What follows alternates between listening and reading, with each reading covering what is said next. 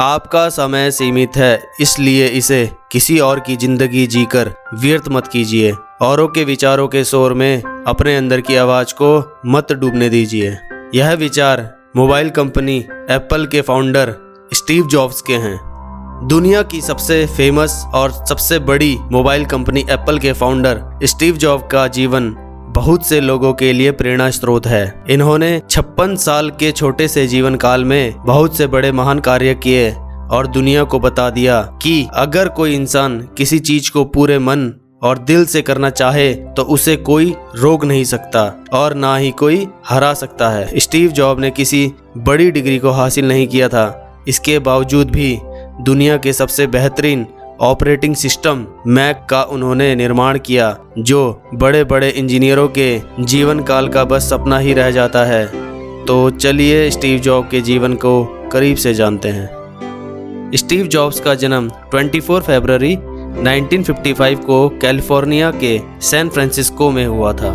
इनकी असली माता का नाम जियोनी था, जो कि एक अविवाहित लड़की थी। इसीलिए जन्म के बाद स्टीव को किसी और को गोद देने का फैसला किया गया।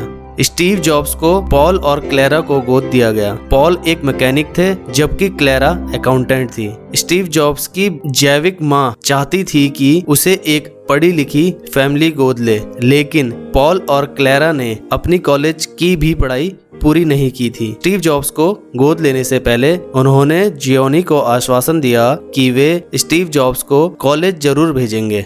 स्टीव जॉब्स को गोद लेने के बाद पॉल और क्लेरा 1961 में कैलिफोर्निया के माउंट व्यू में रहने आ गए। यहीं स्टीव जॉब्स की पढ़ाई शुरू हुई। स्टीव जॉब्स को बचपन से ही इलेक्ट्रॉनिक सामान से छेड़छाड़ करना काफ़ी अच्छा लगता था। स्टीव एक अच्छे स्टूडेंट थे, लेकिन उन्हें स्कूल जाना अच्छा नहीं लगता था। 13 वर्ष की आयु में उनकी मुलाकात वोजनाइक से हुई।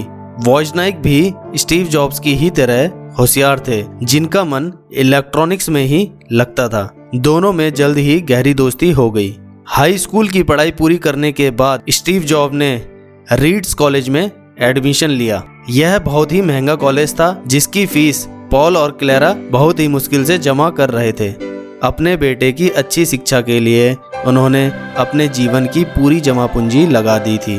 थोड़े ही दिनों में स्टीव को एहसास हुआ कि वे इस कॉलेज में आके अपने माँ बाप का पैसा बर्बाद कर रहे हैं, इसलिए उन्होंने कॉलेज छोड़ने का फैसला लिया।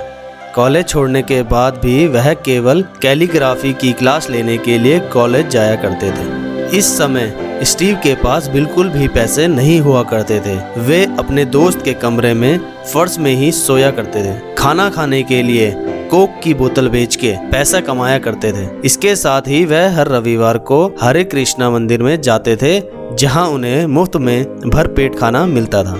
कॉलेज छोड़ने के कुछ समय बाद ही 1972 में स्टीव जॉब्स ने अटारी वीडियो गेम कंपनी के साथ काम शुरू किया। कुछ समय के बाद इनका मन यहाँ भी नहीं लगा और कुछ पैसे इकट्ठा करके वे 1974 में भारत घूमने चले गए।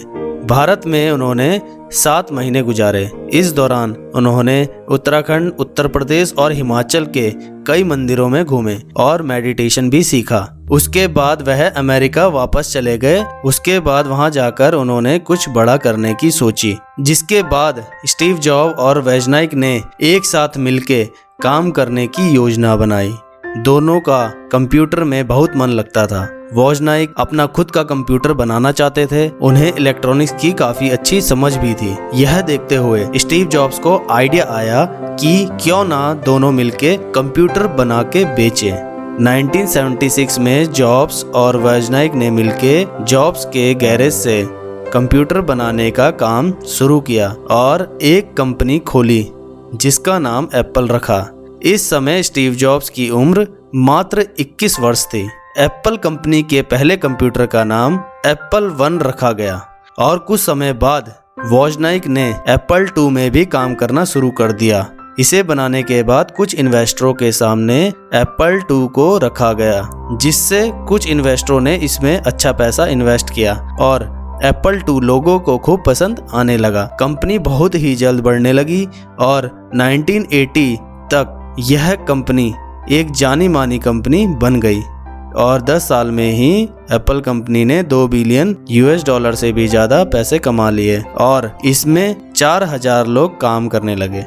एक बड़ी कंपनी बनने के बाद एप्पल ने अपना तीसरा वर्जन एप्पल 3 लॉन्च किया, लेकिन यह वर्जन सफल नहीं रहा। स्टीव जॉब ने इसके बाद मैकिंटॉश को बनाने में पूरी मेहनत झोंक दी और 1984 को मैकिंटॉश लॉन्च किया गया और इसे बहुत सफलता भी मिली। इसके बाद एप्पल IBM के साथ मिलकर कंप्यूटर बनाने का काम करने लगा, जिससे ज़्यादा कंप्यूटर बनाने का दबाव पड़ने लगा। इस कंप्यूटर का कॉन्सेप्ट कभी किसी से छुपाया ही नहीं गया, जिससे दूसरी कंपनियों ने भी यह कॉन्सेप्ट अपना लिया, जिसका परिणाम यह हुआ कि दूसरी कंपनी के कंप्यूटर मैकिंटॉश एप्पल के मुकाबले सस्ते थे, जिससे एप्पल कंपनी को घाटा होने लगा और इसका जिम्मेदार स्टीव जॉब को ठहराया गया। स्टीव पर इस्तीफा देने का दबाव बनाया जाने लगा और 17 सितंबर 1985 को स्टीव ने एप्पल कंपनी से इस्तीफा दे दिया। एप्पल से बाहर निकाले जाने के बाद कुछ समय तक स्टीव को समझ नहीं आया कि वे अब क्या करें। स्टीव के अनुसार यह उनके जीवन का सबसे कठिन समय था। उन्हें लगता था कि वे सामाजिक तौर पर फेल हो चुके हैं, वे एक लूजर हैं। लेकिन इन्हीं विचारों के बीच उन्हें यह भी लगा कि उनका काम छीना गया है, लेकिन उनकी काबिलियत अभी भी उनके पास है। एप्पल कैसे बनाया जाता है ये उनसे बेहतर कौन जानता है। स्टीव जॉब्स ने फिर नई शुरुआत करने का फैसला किया। उन्होंने मौके का फायदा उठाते हुए ये सोचा कि अब वे आजाद हैं, अपनी मुताबिक जो चाहे कर सकते हैं और जैसा उन्होंने एप्पल बनाते समय बिना किसी दबाव के काम किया था, वैसे ही फिर से कर सकते हैं। नई शुरुआत के तौर पे स्टीव जॉब्स ने नेक्स्ट कंप्यूटर नाम की कंपनी खोली। इसके लिए उन्हें एक बड़े इन्वेस्टर के तौर पे रॉस पीटर मिले और नेक्स्ट कंप्यूटर का पहला product high and personal computer था। 12 अक्टूबर 1988 को नेक्स्ट कंप्यूटर को एक बड़े इवेंट में लॉन्च किया गया, लेकिन महंगा होने के कारण ज़्यादा लोग इसे खरीद नहीं पा रहे थे, जिस वजह से नेक्स्ट कंपनी को नुकसान का सामना करना पड़ा। इसके बाद स्टीव ने नेक्स्ट कंपनी को एक सॉफ्टवेयर कंपनी में तब्दील कर दिया, जिसके बाद इन्हें नेक्स्ट कंपनी में बहुत ज़्यादा सफलता मिली। 1986 में स्टीव जॉब ने $10 मिलियन में एक ग्राफिक्स कंपनी खरीदी। उसका नाम इन्होंने पिक्सर रखा। शुरुआत में कंपनी ने 3D ग्राफिक्स सॉफ्टवेयर बना के बेचे, लेकिन बाद में उन्होंने full length film toy story बनाई, जिसे बहुत ज़्यादा सफलता मिली और स्टीव जॉब्स ने पिक्सर कंपनी से बहुत ज़्यादा पैसा कमाया। नेक्स्ट कंपनी और पिक्सर कंपनी की सफलता को देखते हुए 1996 में एप्पल कंपनी ने नेक्स्ट कंपनी और पिक्सर कंपनी को खरीदने की घोषणा की और $427 मिलियन में डील फाइनल हो गई। इसके साथ ही स्टीव जॉब्स की एप्पल कंपनी में CEO के तौर पे वापसी हो गई। एप्पल इस समय संघर्ष कर रहा था और उसे नए विचारों की भी जरूरत थी, जो उसे वापस ऊंचाइयों में ले जा सके। अब स्टीव जॉब्स एप्पल कंपनी का संचालन कर रहे थे और उन्होंने iPod म्यूजिक प्लेयर और iTunes म्यूजिक सॉफ्टवेयर को लॉन्च किया। दोनों ही प्रोडक्ट बहुत ही सफल रहे और दुनिया के सामने एप्पल कंपनी की एक नई इमेज बनी। इसके बाद वर्ष 2007 में एप्पल का पहला मोबाइल फ़ोन लॉन्च किया गया, जिसने मोबाइल की दुनिया में क्रांति ला दी। यह मोबाइल फ़ोन हाथों हाथ बिक गया और अब स्टीव जॉब एक स्टार बन चुके थे। वर्ष 2003 में स्टीव जॉब्स को कैंसर जैसी भयानक बीमारी का पता चला। उन्हें अग्नाशय का कैंसर था। 2004 में स्टीव जॉब्स की पहली सर्जरी हुई, जिससे ट्यूमर सफलतापूर्वक निकाल दिया गया। इसके बाद 24 अगस्त 2011 को स्टीव जॉब्स ने एप्पल के CEO के पद से इस्तीफा दे दिया और 5 अक्टूबर 2011 को कैंसर के कारण ही कैलिफोर्निया में उनकी मौत हो गई।